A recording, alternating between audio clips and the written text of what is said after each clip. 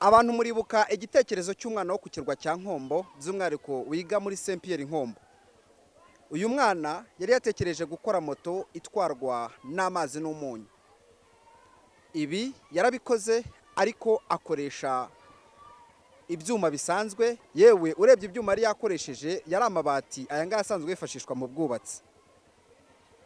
TV na Radio 1 nibyo byamusuye ubwa mbere, maze uyu mwana abibwira igitekerezo afite cyo gukora moto itangiza ikirere. Twongeye twamusuye.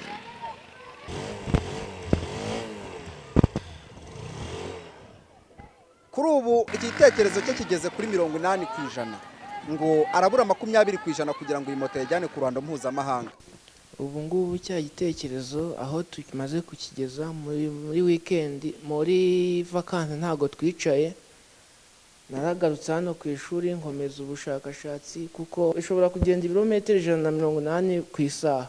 Mu gihe yandi twari twakoze yabashaga kugenda ibirometero 40 gusa ku isaha. Kandi ikindi mwabonaga ko ikoze mu byuma by'amabati bidakomeye. Ubwo rero niho twavuze ati reka dushake moto nzima tuyihindure iy'amazi ikoresha ya systeme yacu twari twakoresheje muri moto y'ubushize. Ubu nigo muri vacances nagumye hano ku ishuri nguma ndwana nabyo, tukaba dushyitse ku rugero rwa 80%, hakaba hasigaye 20%. Ibi ngibi byadutwaye ubushobozi butari buke kuko twaragerageje cyane tugerageza kwizi moto zisanzwe ko ntago byari byoroshye. Twagiye tugura ibikoresho bimwe bigapfa ibindi bikaba bizima. Urebye amafaranga yatwaye amaze gukoreshwa kuri iyi moto no kugira ngo tuyibone ni menshi.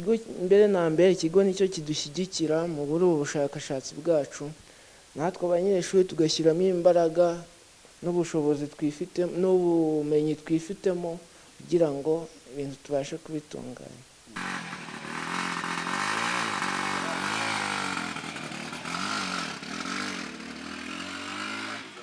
Mwana hari icyo yisabira abaterankunga ndetse na leta muri rusange mu rwego rwo gushyigikira igitekerezo cye kugira ngo nibura kibe cyagezwa hanze ndetse abe yanakibyaza umusaruro.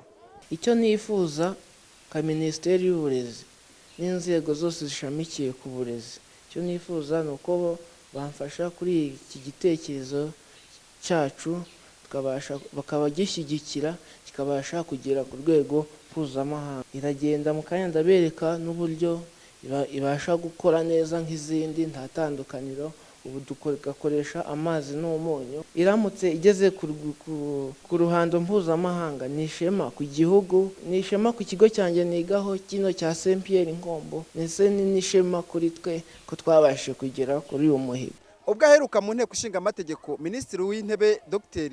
Ngirente Edouard yatangaje ko abana bafite ibitekerezo nk'ibi leta igiye kujya ibashyigikira nibura kugira ngo babashe kugira icyo bageraho. Iki ndagira mu byo ko ari ikibazo cyiza, ndetse hari ingero nyinshi bavuze n'abandi bagenzi bacu bavuze, abagerageje gukora moto, arabakoze abo kuri IPRC Kicukiro mu mwaka ushize bakoze imashini ikora oxygen. Ibyo byose nka leta turimo kugeza kujya dukoresheje innovation fund. Iyo innovation fund ikimara ni ukureba abo bana bagize ibintu bahimbye byagaragaje ko ibyo zibaye byaje umusaruro, tukafasha kubyimprovinga neza mbere yuko bijya ku isoko. Ikimaze kugaragara nuko hirya no hino mu Rwanda hari abana benshi bifitemo impano zo guhanga udushya, ariko bitewe nuko leta itarashyira imbaraga mu kubashyigikira, abenshi usanga ibikorwa byabo birangiye nk'imikino y'abana bitewe nuko ntawe ubishyigikira uwari.